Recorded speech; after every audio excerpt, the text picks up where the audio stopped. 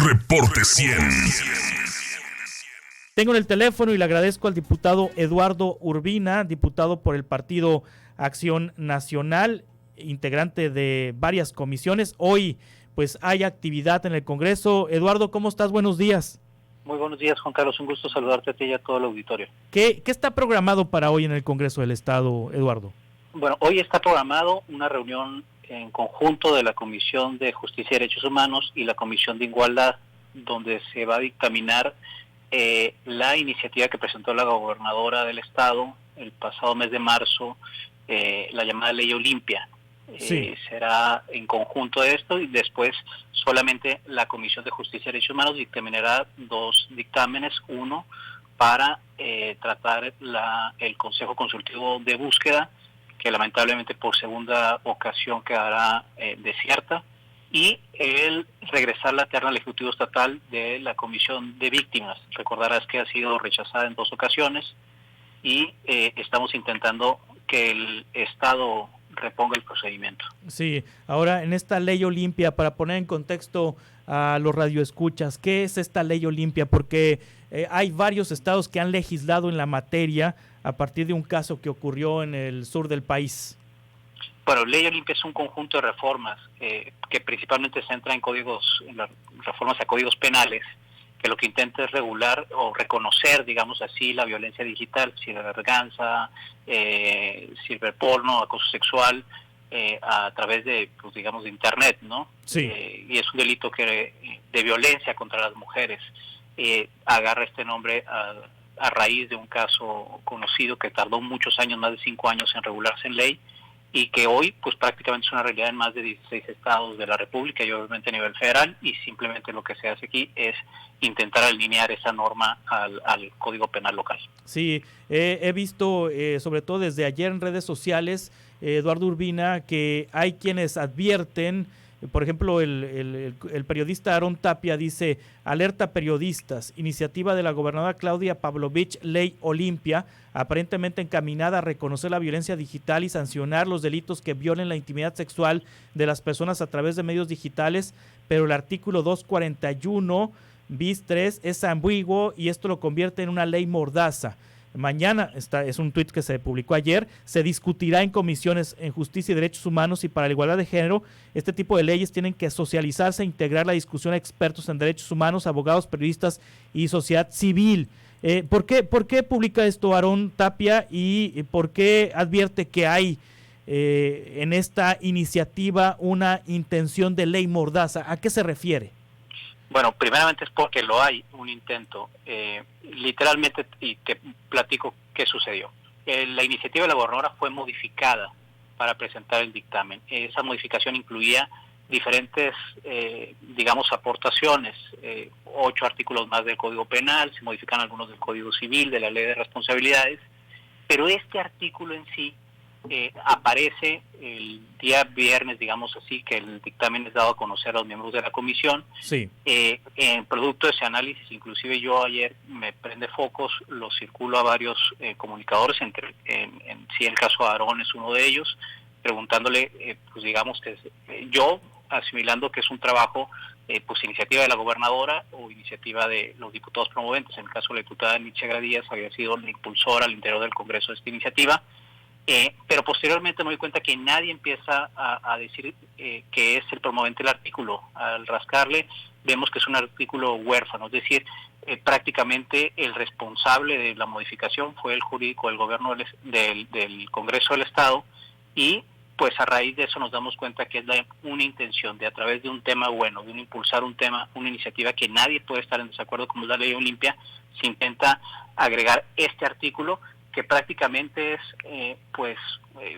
un atentado en contra de la libertad de expresión. Agrega no solamente las nuevas tecnologías de la información, sino agrega medios de comunicación, agrega esto que siempre ha sido muy discutido como cuando alguien afecta la imagen pública, e inclusive mete cuestiones en la fracción tercera que aquellas acciones que cometen en contra de la imagen política y social de la persona. Entonces, nos dimos cuenta y pues intentamos ayer prender focos y creo que es muy grave lo que está sucediendo en el Congreso. A ver, entonces, en la iniciativa que manda la gobernadora no venía este artículo, el 167 bis, un artículo que se propone para el Código Penal del Estado de Sonora. No venía. El artículo 241 bis ter. ¿Cuál es el 167 y el 241? El 241, digamos que es el que creemos que atenta contra la libertad de expresión. Sí. Y va a ir en varios que no vienen en la iniciativa de la gobernadora, vienen más de 8 artículos en el código. O sea, le agregaron a la iniciativa de la gobernadora. ¿Quién agregó esos? ¿Cuándo presentó la gobernadora la iniciativa? Esto es antes de la pandemia, como sí, fue febrero, marzo. El 5 de marzo. El 5 de marzo. Este año. Sí. Entonces presenta la iniciativa. La iniciativa entra por oficialía de partes. Sí, por correspondencia. Sí. La presenta en el contexto del Día Internacional de la Mujer. Sí. Y prácticamente a través de ahí, inclusive yo he asistido a reuniones virtuales con la directora del Instituto Sonorense de la Mujer, donde por invitación de la diputada del PRI, pues se da un cabildeo, se da un conocimiento de parte de todos los diputados de la iniciativa, más sin embargo nunca se habló de este artículo. Ayer yo hablaba con la diputada del PRI y ella decía que ella tampoco era la impulsora de este artículo. Entonces, en la conclusión es, el que agrega este artículo es el director jurídico, a órdenes de quién, no lo sé. Entonces, y creo que debe ser investigado seriamente. Entra entonces la iniciativa de la gobernadora oficialía de partes, y luego, ¿a dónde se va esa iniciativa? Esta iniciativa es turnada por ¿sí? la presidencia de marzo a la Comisión de Justicia y Derechos Humanos, en conjunto a la Comisión de Igualdad. Ok, entonces va a las comisiones ese documento. Uh-huh. Y luego ese documento está en sus manos y tiene facultades el director jurídico del Congreso para meterle mano a un documento. En lo absoluto. Normalmente, ¿cómo funciona? El promovente de una iniciativa, sea pues un diputado, sí. quien sea, hace un trabajo previo, habla con organismos, habla con eso y trabaja junto con el jurídico el dictamen para ser presentado. En este caso, la promovente, digamos, era el Ejecutivo Estatal, y la diputada Nitzia Díaz, digamos, hizo el trabajo al interior del Congreso, invitando, cabildeando la iniciativa, sí. Y se presenta el dictamen. Entonces la gobernadora mete la iniciativa, oficialía de partes, se va a las comisiones. La diputada Nitzia Gradía, digamos que la hace suya, para promoverla dentro del Congreso. Ajá. Entonces, Nitzia es la encargada de escuchar, de pulsar la opinión, de analizar los temas, y si acaso pues hay algo que agregarle, la diputada Nitzia tendría que haberlo visto con el jurídico. No, la palabra tenía no implica, digamos, sí. Que es una tradición que pues prácticamente el dictamen pueda ser, digamos, retroalimentado antes sí. de bajar a comisión. En este caso, yo ayer en la conversación que tuve con ella, dice que ella no tiene conocimiento por lo menos de las modificaciones que se hizo, sabía que había ciertas modificaciones que se estaban planteando, pero no estaba enterada de esto. Entonces, en algún momento alguien le agregó, o más bien el director jurídico le agregó ese artículo 241 bis 3. Sí, ayer en una comunicación que él tuvo con el equipo jurídico de nosotros, él se hacía responsable. Él prácticamente lo que decía, yo agregué este artículo. ¿Y por qué lo agregó? ¿Con facultades de qué o qué?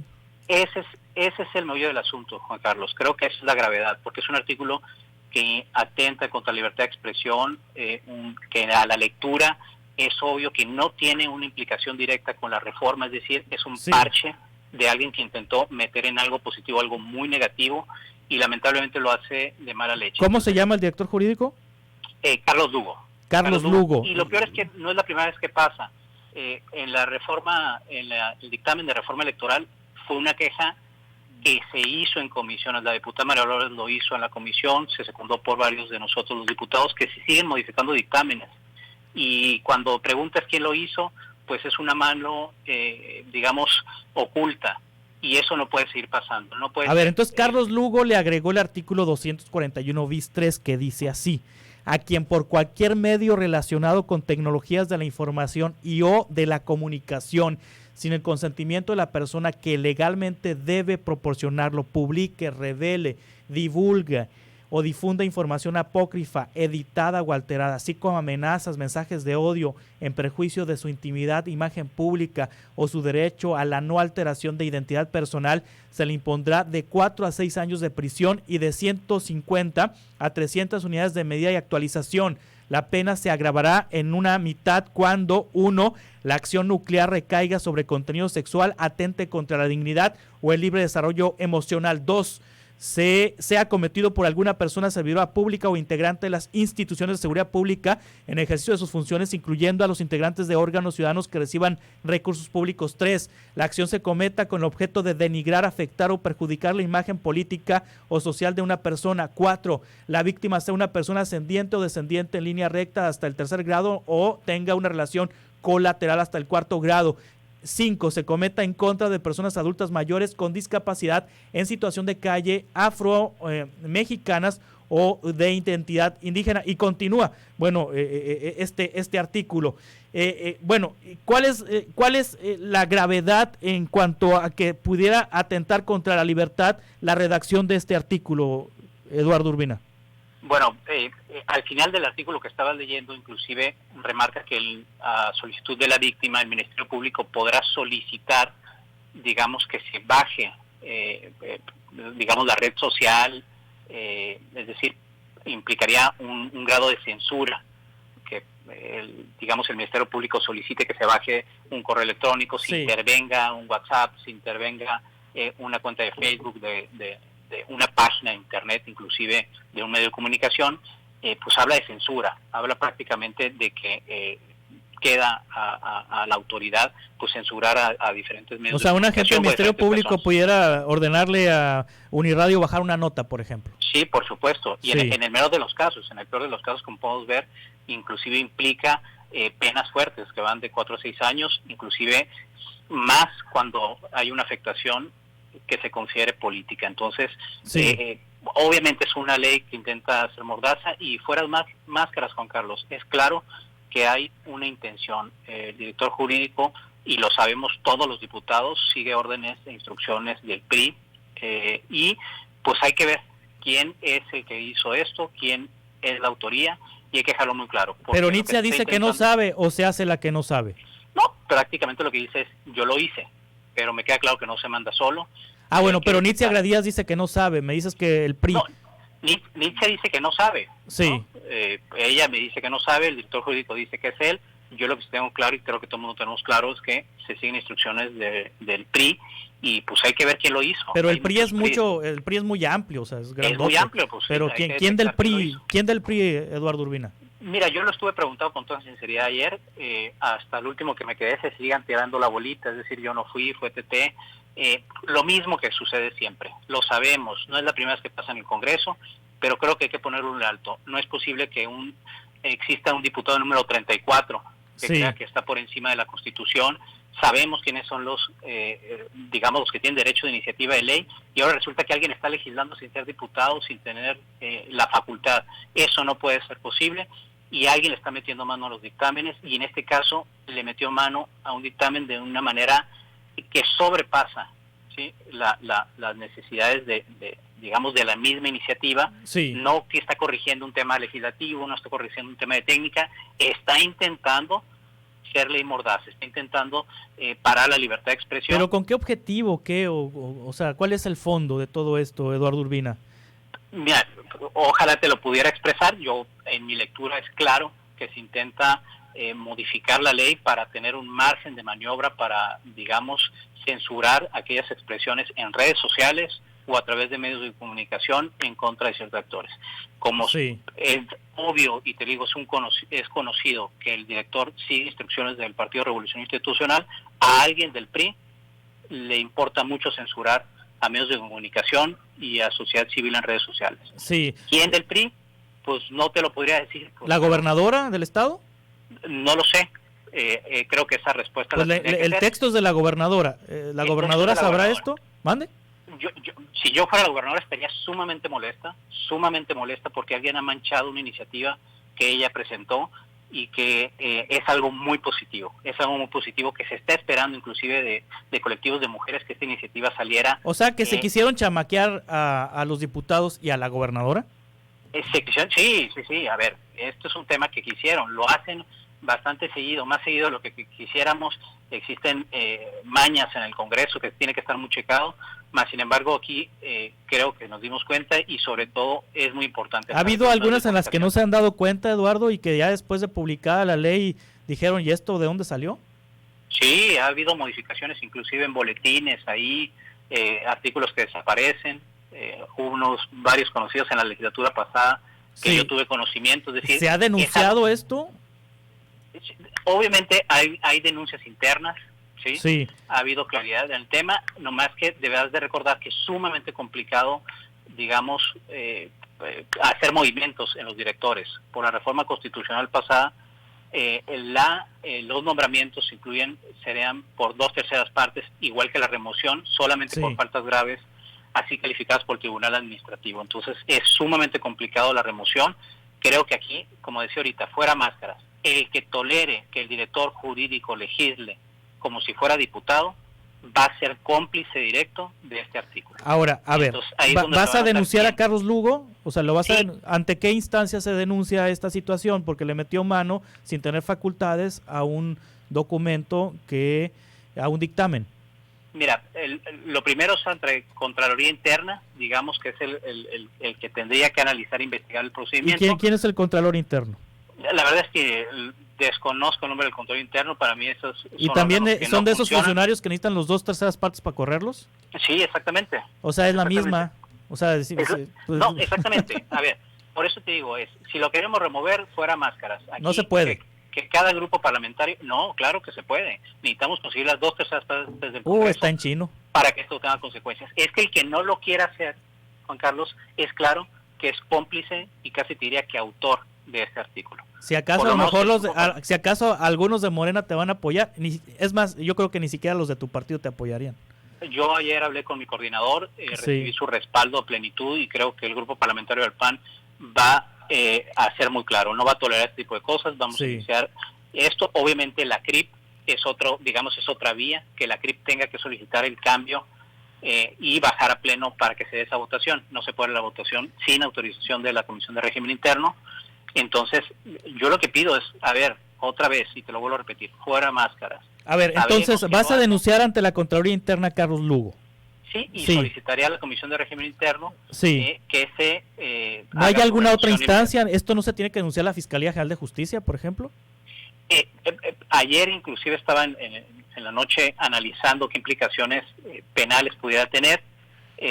Lo estaré, analizando en el transcurso del día. Lo importante es, lo primero es, me imagino que como tuvo la valentía de modificar el dictamen y sabe él muy bien que sin autorización lo hizo, pues que presente su renuncia. Y de no ser el caso, creo que yo esperaría que lo primero es que los diputados tomáramos, las decisiones por nosotros y conseguir esas 2/3 partes. Diputado por diputado tendrá que respaldar el procedimiento que hizo el jurídico de mutuo propio o rechazarlo y pedir su remoción. A ver, Eduardo Urbina, ¿el PRI tiene cuántos diputados el PRI? Tiene 5 diputados. ¿Tiene 5 diputados y con 5 diputados controla el Congreso del Estado?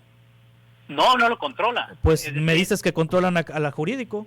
Controla el jurídico. Ajá. Controla el jurídico que fue nombrado antes. Y al administrador y al oficial mayor. Antes de que llegara esta legislatura fueron nombrados. Es decir, no fueron nombrados por la presente legislatura. Entonces, digamos que es estéril cuántos diputados tiene cada grupo. Fueron nombrados con anterioridad. Pues fueron protegidos con las reformas de agosto de 2018, ¿no? Acuérdate. Los blindaron. Se dificultó su remoción. Es decir, se hizo solamente con faltas graves, fue subido, a la Constitución, que solo por faltas graves calificadas por el tribunal. Esto es una falta grave, gravísima, ¿no?